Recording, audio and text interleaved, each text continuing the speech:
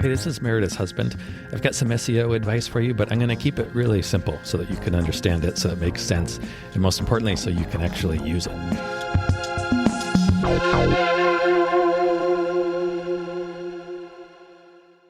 I've got the puppies here. Oh, baby. Let's see if they have anything that they want to add to this episode. They may want to add. So I have Wyatt here. Oh, puppies on both ends. Puppies on both ends. So we're going to talk about contact forms today. Contact forms. Yeah, and how and why we want to optimize our contact forms. You mean like the one on the website? Where Correct. It's like, contact me. Contact me, the form, Okay. that page. All and this right. is actually something we're going to be doing, or I'm going to be doing, or both of us are going to be doing on your site very soon. Oh, very exciting. So why do we want to optimize the contact page? Because Good question. we're not optimizing the contact page to get new visitors, to get new clients. That's not going to happen.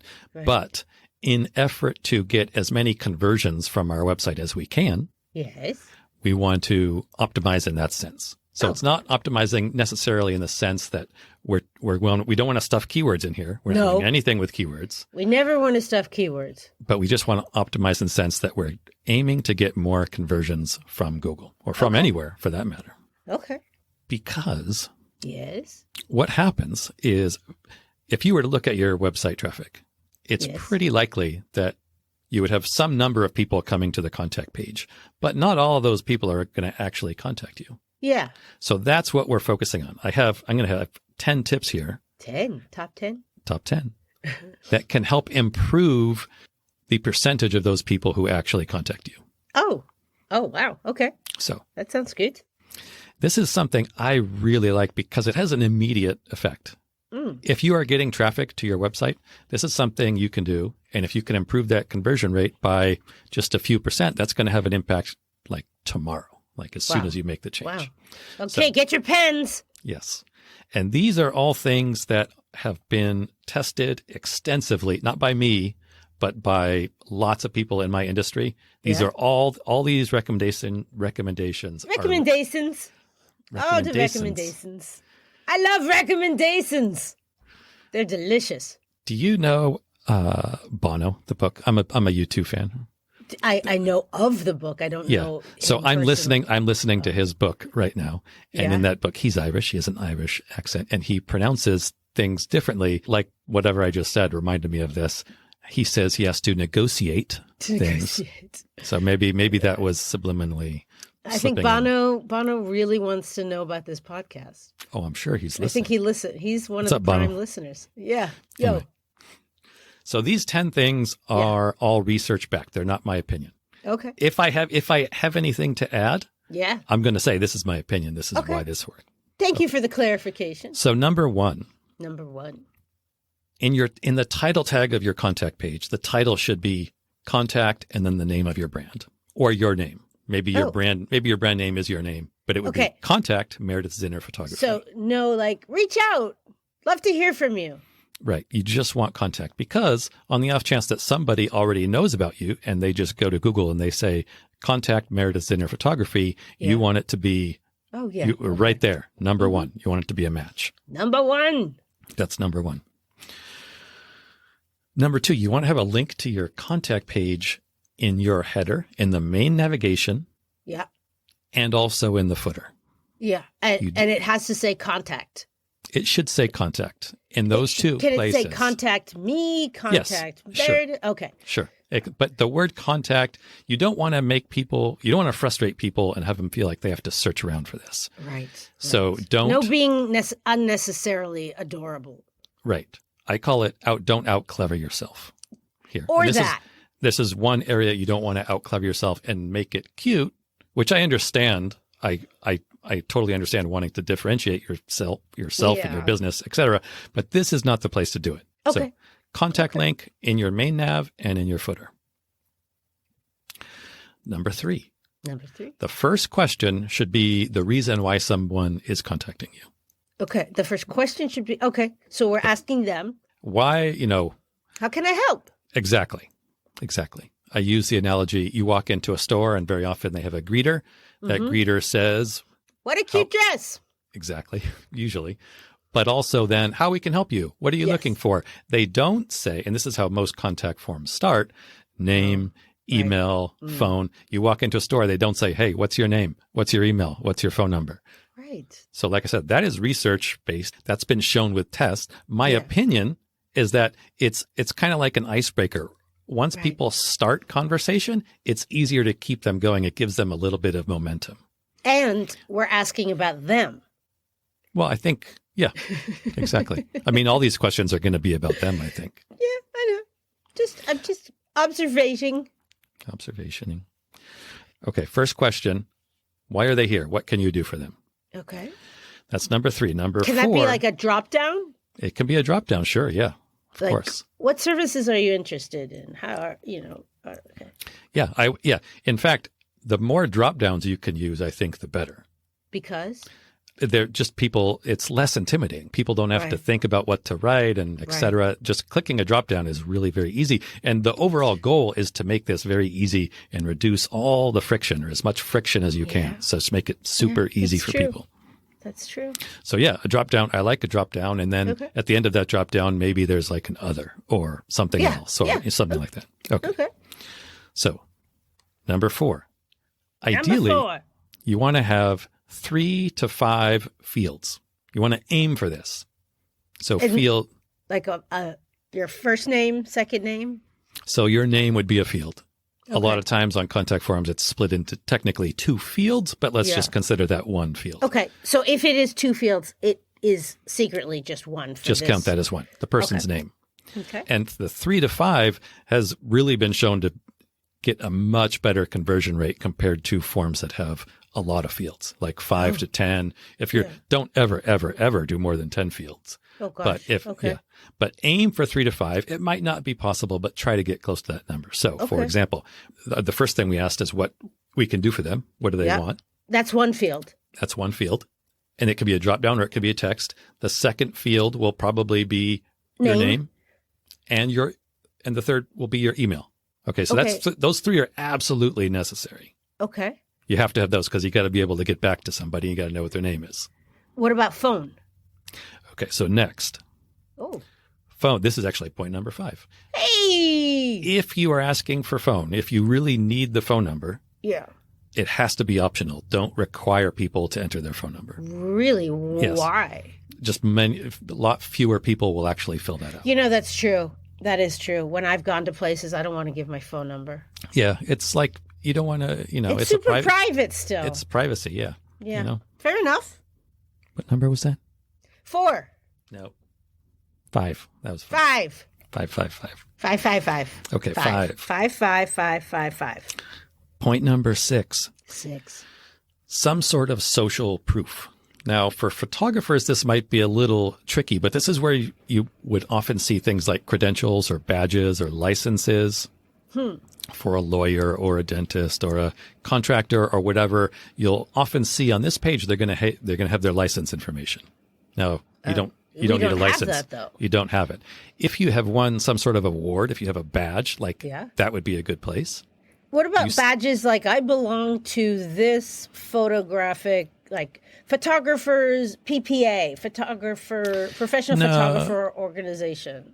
If it, if it looks impressive, I would say if it looks impressive, if it's obviously just a membership that you just paid for, then probably not. But if it's something that really you just want to assure people that you are legit. So anything that makes you look impressive, a testimonial. Testimonial. I was going to say, what if you haven't won 20th awards? A testimonial is good. Okay.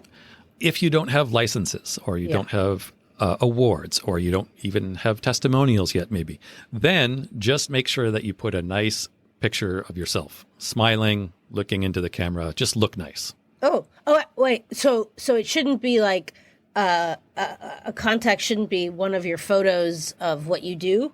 Correct. Okay. Because they are correct. They are correcting. They are contacting you. Like this is where you're basically selling yourself. So you want to show a picture of your product. So sort of. Right. So just make sure you look friendly. If you don't have those other things, a nice picture of yourself. Okay. Yeah, we can do that. Okay. Number 7. 7. The submit button. Change submit to send. Okay. More people will fill it out. It's Really? amazing. Yeah, it's amazing, but it's true. It's a very small percentage, but send, and even better, send to Meredith. Send it to Meredith. Something like that makes it more personal. Yeah. Submit is just kind of a cold sounding. Submit. Yeah, exactly. Submit your information. Exactly. Okay, number 8. Number 8. The speed of your response. This makes a big difference. How quickly do you get back to people? There have been lots of studies on this, and almost always, like if people were to reach out to 3 photographers at the same time, something like 80 to 90% of the time, they would get back to they would hire the first person to get back to them. Really? Yeah. So there is very much something to be said. Don't wait 2 days. I used to do that. I used to do that myself because I used to be, when I first started. Trying to pay hard to get. No, I was afraid of I was afraid of everything. That's understandable. But get back to them right away. Now, you can use an autoresponder here. Okay. If you are using an autoresponder, just make sure that it's plain text. Don't make it like an HTML fancy. Don't make it look like a newsletter. Okay. Because that is people. You want to give the impression that you personally are reaching out to them just via email, just like you would contact a friend. So, but you can. I mean, I have things on. A lot of people have things as a footer. You know, like their signature. Website signature. Yeah. That. Can you That's send fine. that? Okay. Yeah. But just don't include like your don't make it look obviously like a newsletter, HTML formatted email. You know what I mean? Like with color background and your logo and image. Yeah. Don't do that. Yeah. It needs to be just regular text. Okay. And make it casual. Yeah. And this is where if you have, let's say you have more questions that you want to put on your contact page, like you have some extra questions, and we're going to want to reduce that. Oh, I would say have those questions and then put them in the autoresponder and keep that momentum going, keep the conversation going. Then that buys you a little bit of time for you personally getting back to somebody. Yeah. You don't have to actually respond in 10 minutes. You can rely on that autoresponder and just, again, make it casual and say, hey, great, thanks. By the way, why did you choose now or whatever the questions are that you wanted to ask somebody? Right. Put them here. That's a great idea. That's like a breadcrumb? Is that like a breadcrumb? No. Okay. No. Not in terms of websites. Breadcrumbs are something very specific, actually. But it's kind of like a come hither a little bit, a little bit. And studies have actually shown that if you can get back to somebody inside of 10 minutes, it really increases the likelihood that they would hire you. So with the autoresponder? I was going to say, with the autoresponder, I would have the autoresponder, if you can, have it delay by 5 minutes or 10 minutes. Don't send it. With a lot of email providers, you can, not all. Okay. But if you can, try to do that, because then that makes it look like it's not obviously an autoresponder. Right. Like if somebody clicks send and then right away they get an email, that's obviously an autoresponder. If it comes 10 minutes later, maybe it is, maybe it isn't. Right. Okay. And what do you think about if you can't, let's just say you have an email responder that doesn't have an autoresponder and it goes immediately after. Would you recommend something like, hello from the friendly auto person, will be reaching out to you shortly, kind of a thing? You could do something cute like that. Just to try and make it. But then you can also from there try to make it a simple follow-up question. Don't make it, don't make it questionnaire. Right. Make it simple. Again, you want to get some momentum and, the further, and this is my opinion, the further along people get in that conversation, the closer you are to them becoming a customer and a client. Yeah. That makes sense. Point number 9. Okay. Test it. Oh, yeah. Test it. What happens a lot here is these messages might go to your spam folder. Oh, gosh. So check that. Right. That's happened a lot. I've had numerous clients over the years say, we're not getting any leads. And I look at their website and it says, looks like you're getting a bunch. They say, well, we didn't get any. I said, check your spam folder. And I'm like, yep, they're all there. So check it. Yeah. Good point. Point number 10. 10. make sure it looks good on mobile. Oh, Look at it, just the contact form itself. You don't need, if the contact form works from a desktop computer, it will also work on mobile, but just make sure it looks good. Right. Good points, because a lot of people are looking while they're shopping or whatever they're doing. Well, you just want to make sure that it looks, if it looks wonky on a phone, which I've seen, things can look great on a desktop, but look screwed up on a phone. That's not good. No, that's you don't not the point. want to lose them now. You're so close. You don't want to lose their interest, attention at that point, right? Or confidence. You don't want to lose their confidence that, right, when they're just about to reach out to you. Fair enough. And I thought I would throw in a bonus. Oh. That was number 10. Yeah. Set up a thank you page. Oh. So after people click submit or send, remember, we're going to say send instead of submit. We're going to say send. They should go to a confirmation page that says, got it, we got your message, thank you, and then whatever else you want. But the reason you do that is so that you can track your conversions in Google Analytics. Oh. If there is no... How does that work? So the reason we do it this way is this is a page that people can only get to if they have submitted your contact form, if they have sent your contact form. There's no other way for people to get there. So if somebody arrives on that page, that's a conversion. Right. So that's a really good way to measure conversions. There are other ways to measure conversions. Like sometimes people can set up an action when people click the send button. That is a conversion. That can run into problems like, well, maybe they have to press it twice because they forgot to do something. So it's not a very reliable way. The much more reliable way is to have a conversion page, a thank you page. And you set that all up through your email provider. It depends. I mean, there's a lot of different ways you can set up a contact form. So if you're using something like Dubsado, or you might be embedding your contact form from Dubsado or some other platform into your website, that setting is going to be somewhere in Dubsado, most likely. Okay. If it's not, if you don't see it, then I would reach out to support of Dubsado or whoever you're using, wherever you generated that contact form, and say, hey, I want to use a confirmation page. How do I do that? Because it's not always the default option. Got it. Makes sense? Yeah, it does. I was just thinking, I have a Dubsado referral code that people can use. Oh, you do? I do. Oh, you want to put that in the thing? I'll put that in the thing. Hey, how about that? Well, how do you like Dubsado? Well, so far I love it. Yeah, I'm still transitioning from 17 Hats, but I have to say, sorry, 17 Hats. Dubsado is pretty freaking gorgeous. All right. And good. Well, look for the link to Dubsado. There you go. All right, that's it. 10 ways and a bonus to optimize your contact page. This is all very important stuff and easy to accomplish. Easy to do, big impact, short time frame. I like these ones. And we're going to do this with your website this weekend. Please, let's do it. Good gosh, my website is, I feel like my website is when you take a piece of toast and it crumbles into crumbs. Well, I feel like, we've been working on it and it just launched. So now it's time to go through and clean up a bunch of things, including the contact page. Thanks, everybody. Thank you. Bye. Bye.